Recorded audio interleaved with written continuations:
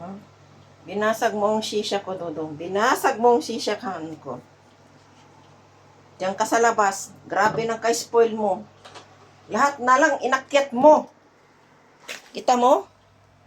Kita mo yan, Dudong? Ginawa mo?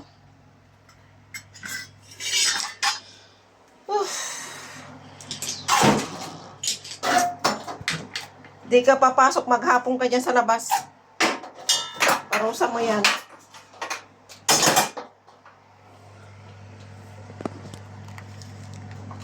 Ang pakinabang ko dito ay basag.